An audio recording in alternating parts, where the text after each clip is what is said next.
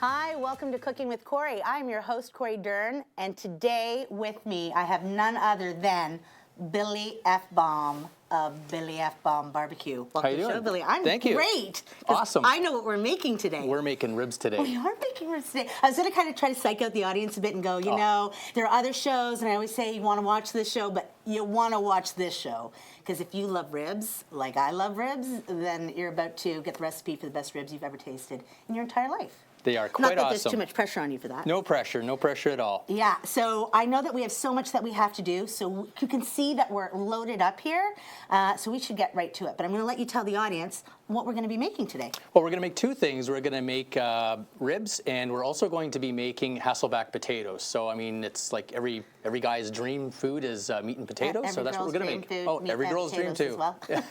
Anyway, we're going to be making barbecue ribs using our smoker, and we're also going to be making Hasselback potatoes on the smoker as well. Awesome. So this show is not like other shows in the sense that we're actually going to show you not how to just barbecue ribs, but how to smoke your barbecued ribs. Absolutely. All right, and also the accoutrements that go with it, like how to get a good rub, how to brine, how to do a great basting sauce or barbecue sauce, and then, you know, the potato on the side, and I hear that has butter and cheese, and you can't go wrong with butter and cheese. Butter and cheese and potato. Mm-hmm. So you put me to work, because I love making ribs and barbecue sauce, and I will follow your lead. Sounds good. Well, we're going to start by making a brine for the ribs. Now, not everybody does a brine necessarily. Right. I like it because it helps to break down the meat and gives it a nice flavor, and then also breaks down the proteins and makes it kind of soft. So we're going to start with just some apple juice over there. Great. You can make brines out of a lot of different things, but and you can just put that right in the pot. We're going to use all the apple juice. All the apple juice, and that's like a full liter of apple juice.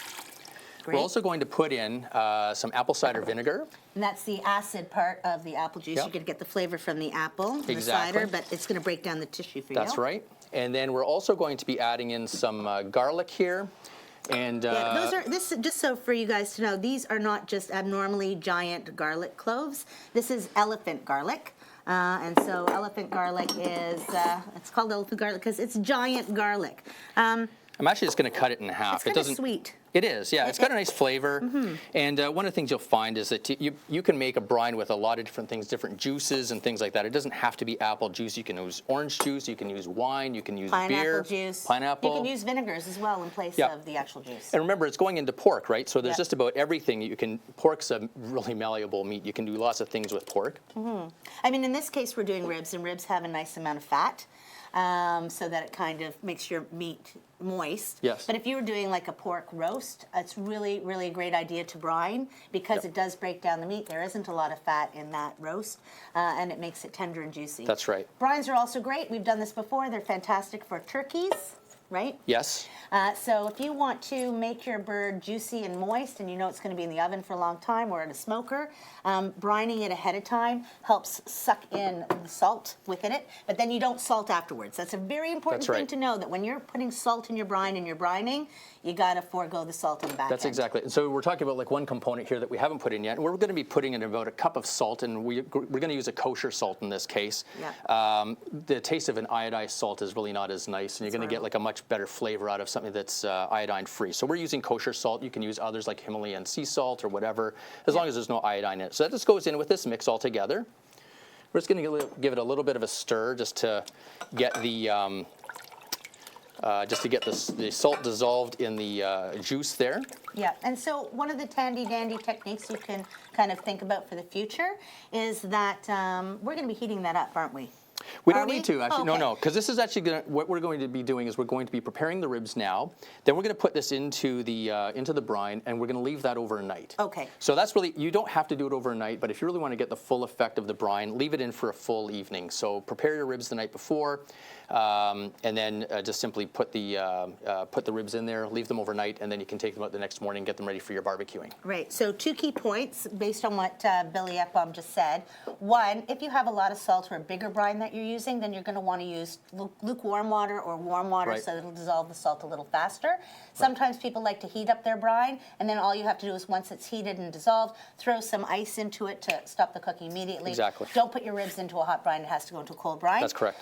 Number 2, if you're only doing like 3 ribs, you don't want to put it overnight in a big batch of brine because then you're left with cooked, mealy, really disgusting lack for a better word, ribs. You want to make sure that the brine, as Billy has just done, is the exact same amount for the amount of ribs that you're putting in. Yes. So the longer it stays in the brine, the longer it's going to break down. Like it's going to break down a lot more. And the other thing to remember too is not to get rid of this brine once we're done brining the ribs. We're actually going to be reusing or repurposing this brine in the smoking process as well. So this is something to keep in mind. Oh, that's good to know, because usually, because pork or chicken and brine, I'd be like, don't do it, Davey. That's a really bad idea.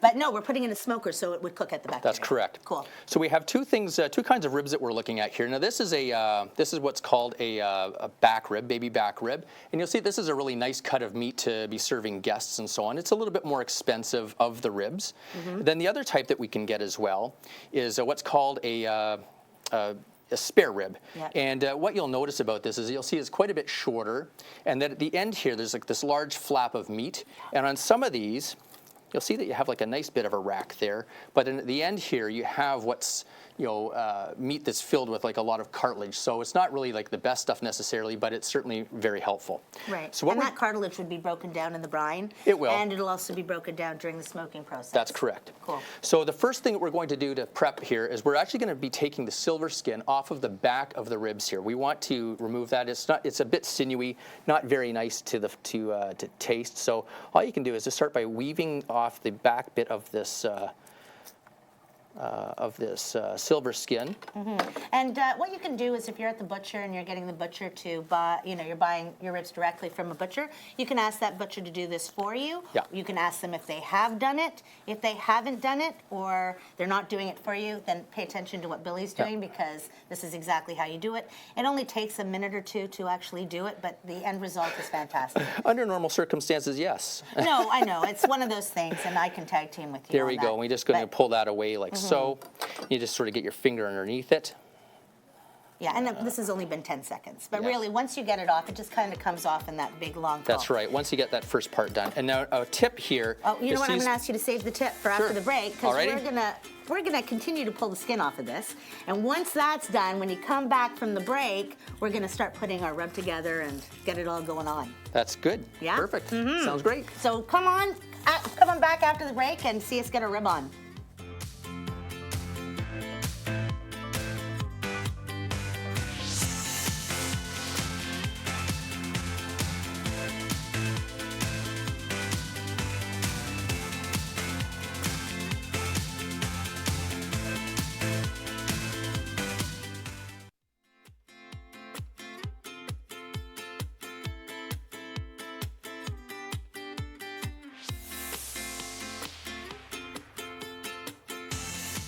Hi, welcome back to Cooking with Cori. Today, I'm so lucky I have Billy Fbomb in the house. Boom. Billy Fbomb Barbecue. We are making smoked barbecue ribs, not just any smoked barbecue rib, the best smoked barbecue rib. And we're taking you right through the whole process. In the last, if you're just tuning in now, we just made a beautiful apple cider, apple juice brine for our baby back. Give me my baby back ribs. That's it. And now we're gonna go to the next, because it's like go, go, go, boom, boom, boom. We're now going to the next step, which is getting a rub. We're going to get the rub. So actually what we have here, let me just move this out of the way. You'll see that we have a variety of different spices here. And because it's pork, you can do just about anything you want as far as a rub is concerned. But we're going to make a simple barbecue rub here. Okay. We've got some paprika, some sea salt, some kosher salt, some oregano, brown sugar, and some garlic powder. Right. And in a situation like this, because we've already got the fresh garlic in the brine, when you're doing a rub, you want to go all dried spice all the way. You don't want to go with fresh herbs. They're just going to burn and they're going to get mushy or they're going to get blackened. They don't add to it in any way. Always go with the dry garlic, a dried oregano, dried whatever flavoring you want to do.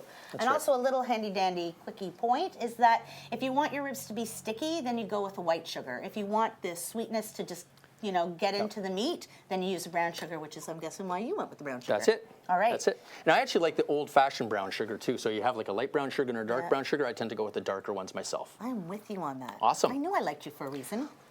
So I can just pop it in? Throw them in there, you bet. All right. And when that's done, what you're going to do is we're going to take these ribs out after they've been brining. Yep. And we're going to just pat them dry with some paper towel. Terrific. And then we're going to just apply the rub. You're just going to take a scoopful of rub, just rub it on top of the ribs. Yeah, and you have to don't be afraid to use your hands, folksy woksies. You want to do this, right? Yeah. You want to get your hands dirty, she says, sticking your finger into the brown sugar. Well, because it tends to pack, right? Yeah, so that's and a bit not of a be thing. afraid of it. Yeah.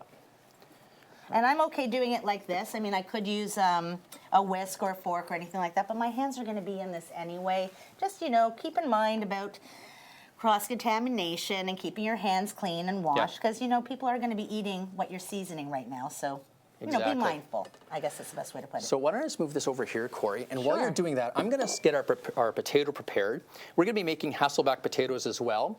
And the way to do that is just get a simple, this is a russet potato, no big deal. You get those at the grocery store. You can buy them in like the bulk size and get the really large ones as well. And you want to keep them even in size for cooking? Or does Yeah, it really matter? it doesn't matter too much. I mean, they're all basically going to be about the same size, similar to this. About the size of your hand is an adequate amount. Whatever you think one person's going to eat. Right. Now, the way the Hasselback potato works is it's basically a series of cuts along the entire length of the potato. We're going to spread it open, put some olive oil and some rosemary inside, as well as some pads of butter. And could you mix it up a bit? Like, do you have You to? can if do don't whatever like you want. Rosemary, Yeah, you could put you can something put whatever else you in there. want in there. So, one of the tricks that I use is I put this spoon down in front of the potato, so that when I'm doing my cuts, I don't actually cut all the way through the potato. So you're just going to go like this. Oh, smart. And you're going to make each of these about a quarter inch or so wide. You don't have to be super big or super thin. Right. Just find out what's comfortable for you. It's going to be sitting in an oven for a good, well, it's going to be a good couple of hours anyway. So, Right. you can So make no pre-boil on the potato no, when no, we're doing this. no, The no, smoker is going to do the just like work. that. And so what you should end up with is this type of an approach like that. And you can see the potato's got like a bunch of different little grooves in it. Yep. The next thing we're going to do as a next step is we're going to use our olive oil here. Well, actually, what I'll do is I'll prepare our rosemary first. Yes, because So- you got the mortar and pestle going on. I find that rosemary is, I love the flavor, but really it's kind of pointy and spiky. So what we want to try and do is thin that out a little bit, make it a bit more of a powder. Yeah. So that you don't have that kind of, little stabby pine needles in your mouth when you're eating your potato. Can I just tell you, I always say that. Like, usually I'm saying use the fresh rosemary if you can. Yeah. In this case, like I just said, you want to use dried all the way when you're smoking or long cooking. But use the mortar and pestle. If you don't have a mortar and pestle, then you should use your processor. Yeah. Just so that you can get that rosemary into, closer to a fine grind than a coarse. Because really, they are stabby, and they don't get softer in the They don't. smoking process. They get sharper They and get more pointier. weapon-like. So So- I'm just breaking down the sugar in this, only Okay. because we don't want to get clumps of it on the, you want to make sure that this dry rub is completely evenly blended. Yep. Because you don't want to bite into a clump of sugar or a clump of cayenne or That's anything right. like that. So what you can do, once that's done, Cori, you can actually start to add that to the ribs. Okay. Rub that on the ribs. And what I'm doing here is I'm just actually stuffing, you saw that I've put some olive oil in between each of the grooves in the Hasselback potato. Yep. I'm going to continue to do this. Can I trouble you for a paper towel? You sure can. It's right beside you. There you go. Thank you. So as Billy Fbomb mentioned, I just love saying your name, Billy Fbomb. Because your middle name starts with an F, right? It does your start last with an name F. is Bomb, It right? is. Not that your food is F-bomb delicious. It is that too. It is F-bomb delicious. But you had mentioned earlier that it's important before we put the rub on that we need to pat dry our meat. Yeah, exactly. And so that's exactly what I'm doing. And we're going to pretend that this has been brining overnight. And again, we removed that silver skin from it so that the ribs won't be joined together. They'll actually have a better chance of falling off the bone because Yeah. there's not sinew holding it together. That's right. And these will be fall off the bone ribs. Like this is Yeah. a no-fail recipe. Anybody can do this thing. So what you'll see with this Hasselback is I'm starting to cram a lot of stuff in here, but we've got these little pads of butter. Always easiest to do this when you're when the butter's cold. It's a little bit warm here right now, but this is ultimately what you're going to have to put into the oven or into your smoker when you're actually preparing the potato. Right. Another thing is, and I get people saying this to me all the time, oh, so I put aside that dry rub for another day. Once you stick your hand in that dry It's rub done. and then you touch the Yep. pork, you're done. It's That's got to go exactly into the right. garbage. There's nothing else that you can do with this. Unless I suppose you were using it for a base of a barbecue sauce and then you were cooking it off, but even then. True, true. And I tend to only make the amount that I'm going to need for the Yeah. actual ribs. So the recipe that we've just prepared there is really good for about 2 to 3 racks of ribs. Definitely. Yeah. How's that? Looks awesome. That nicely Looks coated. awesome. Look at that. All right. Do we want to get that ready to throw in the smoker? I do. We have this little device here that's fantastic for smoking. Yep. And what we're going to do is, actually what I want to do before we do that is I just want to cut this in half Cool. into 2 full-size racks or 2 half racks for individuals. Fantastic. We'll cut right through there, of course, I'm not hitting the meat. There we go. And I'll see if it shows the camera. What we're going to do is we're just going to slide this into these little slots, just like so. Thank you. And we'll do the same thing with the other set of ribs, and then we're just going to drop this into the smoker. Excellent. And you know, I know that we're coming up to another break momentarily. So what we'll do is we're going to put this into the smoker, and through the magic of television, I think we're going to have ribs ready to rock and roll, along with a really, really tasty barbecue sauce to go with it. We certainly are. Yeah, coming right back after the break.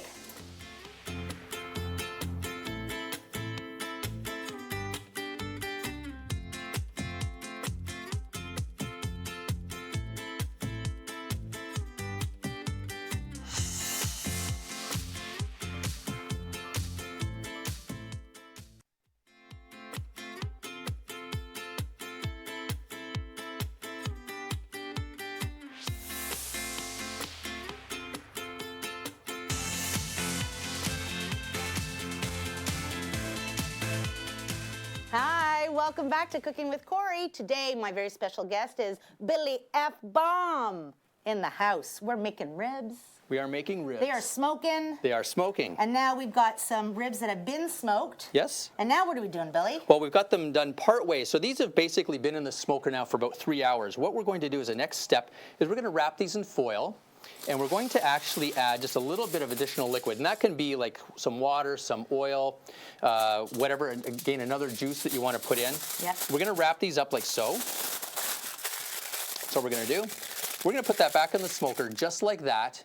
Small little package, just like so, for another 2 hours while this thing starts to get soft again. And that's going to, loosen up the meat and again, really sort of, boil it inside of this this bag. So that's our next step. So this would be an acid liquid, right? Like you were saying, yeah, so we can put in like an apple juice, we can put in orange juice. We've been using apple so far, but we can use an apple juice. We can use sometimes some apple cider vinegar and a little bit of oil. Yep. But, any mix of those types of things is totally fine. Fantastic. Yeah. So let's think about the sauce that we're going to be putting on those ribs. That's right, because after this 2 hours is up, we're going to actually spend another hour in the smoker. It won't be smoking any longer, but we're going to be using the heat to add our sauce. Right. So the key thing, I think while we're making the sauce, you and I could tag team about smoking points. It is possible to over-smoke. And when you over-smoke, it tastes like ash. It does. Ash. A-S-H. Smells like ash and tastes like ash. So you never, ever want to over-smoke. You don't want your ribs to taste like ash. You don't. It's not Tasting fun. like ash is not good. Tasting like ash really stinks. And nobody knows that better than people who like to smoke. That's true. Food. Qualify that with we like to smoke food. Moving right along. So now we're going to do barbecue sauce or sauce. I mean, there's so many. I'm looking at your ingredients here, and this looks like a really good one. Really basic, yeah. And this is a basic red sauce. We're just going to start with some ketchup. I mean, if you feel so inclined to make your own ketchup, you can certainly do so. We're just going to put this in a pot, and we've got about a cup of ketchup in there. Right, and to make your own ketchup, all you need to do is you're looking at a tomato puree or a tomato paste, some vinegar, some salt, white pepper. You can throw in some herbs like oregano if you'd like, and a little bit of oil. And there you go. This is some apple cider vinegar that we've added with that, about a half cup. Fantastic. Then we're going to put in a half cup of brown sugar. Now, this is all stuff that you do according to taste. I mean, if you like really sweet sauces, you can add more brown sugar, or less if you like it more savory.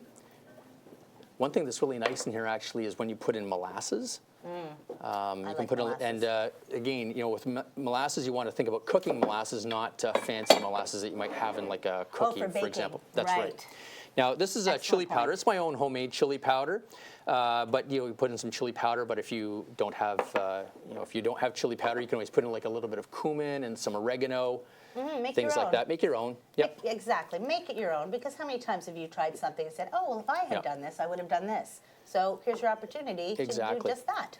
Now, if you have a quick look at this, I don't know if we can show this to the camera, but I mean, you'll see, you can see that this is actually quite dark and rich already. We're going to let that simmer for about 10 minutes. It's going to be ready to go on the ribs, and you can just mop it right onto your ribs. Yep. We're going to let it cook and simmer for 10 minutes, which really means just a few minutes through the magic of television. But in real life, just 10 minutes is totally fine. Exactly. And then it's ready to go. And because your ribs are already done, you can go hot to hot. That's correct. Don't go hot to cold. That's correct. Because then you're just going to burn it. This is your finishing touch. This is not going on the barbecue at this point. This is going into your belly at this point. That's right. So I got to tell you, there's a little thing that I've started doing because I've got a friend, producer, person extraordinaire, Right. who, can, sometimes have an opinion, let's say, about food that I do. Oh, yes. And so his name is Jeremiah, and I absolutely love him. But I like to do a little thing called, I wonder if Jeremiah would eat this. Now, I'm pretty confident Jeremiah's going to like ribs. you would think that, because I've had my share of bad ribs, unfortunately. I think you've also had your share of bad ribs, and that's why you Well, I kind of do like this. mine. I'm preferential to that. I know, but going into a restaurant, sometimes they taste like ash. That's true. That's right? true. We know this. So I'm just wondering, because sometimes people say, I make my own ribs, and I'll bet they're better than your ribs. I'm openly saying your ribs are better than my ribs. And They're I'm going pretty to tell you, awesome. my ribs are pretty awesome. So I wonder, when we get this rib thing going, I wonder if he'll like it or if he'll have an opinion about that. I'm sure he'll have an opinion. So I'm going to go to the magic of TV and open up our smoker. Sounds good. Now, when you're dealing with a real smoker, do you have to step back? Is there a heat issue? There'll be no heat, but because everything you do in a smoker is low and slow, you never go above 225 and never on direct heat. Okay. But there will be a lot of smoke coming out of that machine. Ooh la la, look what I have in the smoker. I'm taking them out. Don't goof around, Cori, because these are precious cargo. Oh, yum. Now, the one thing that we haven't remembered here is our potato, Oh, yum. which is right beside you. It is. And you can see that at the end of the day, this looks just like a regular baked potato. There's nothing spectacular or new about it, but the Hasselback sort of has a nice way of browning on the inside when it's being roasted. I'm just going to step behind you and get a You plate. just maybe see it at that angle a little bit better. But what you'll see is that there's some roasting going on in the inside of the potato. It's almost more like really fat chips. And then the finishing touches that you can put on there is a nice smoked cheese or something along those lines that makes it just makes it really come together. And I think we have some smoked cheese that we can put on there. I just happen to have a smoked cheese. And then I guess you would do a finishing touch. Or could you have the cheese just be like this? Put the cheese on top, or maybe put on some basil. You can put on any number of things. We have the rosemary in there already. Yeah. Oh, yeah. But, I mean, you can load it just like a loaded baked potato, anything you like, right? So instead of sour cream and bacon, we're going for the smoky cheddar, which, oh, yum, yum, yum, We've got a whole lot of smoking going on. We are. All right, and now Fantastic. we've got our rib, and I've got this so that you can actually baste it on All right. here. So we've got this really nice rack right here. Let's put those ones down. That's gorgeous. Let's give this a little bit of a basting. Okay, I'm going to swap with you. We've got our sauce. I'm going to swap while you mop. That's what it's called, It mopping. is. Yeah, this is not a traditional mop. This is a little bit more of like a basting brush that you might find for, in your standard kitchen. Yeah. But if you want to buy a mop, then you can certainly go to a specialty barbecue shop and get that kind of a thing. I'm going to get a fork. Well, you know what? I don't even think he needs a fork for this. I think he just is going to eat This it is, up. this is finger food, no question about it. Jeremiah, I've got something yummy for you. Hi, Jeremiah. What do we have today? I've got something super duper yummy. I don't think you want it though. No? No, it's barbecue pork ribs you with know what? Hasselback potato, We courtesy of Billy Fbomb Barbecue. Guess we won't know until I really try it. Here you go. I'm gonna do a little cut. Oh, look at that. Oh, you know what? I don't even have to cut it. I love the way you Falls made right this. apart. Oh, It beautiful. does. Liquid gold. Oh, that melted in your mouth. Oh, folksy wokesies, if you want this recipe, www.coriscafe.com or www.rogerstv.com. BillyFbomb.com. Thank you so much Thanks for Billy, having being me. here. Good to see you. Awesome. Good to see you. Awesome. Check out Billy at the cafe. His stuff's going to be sold there. That's right. So good. I want some.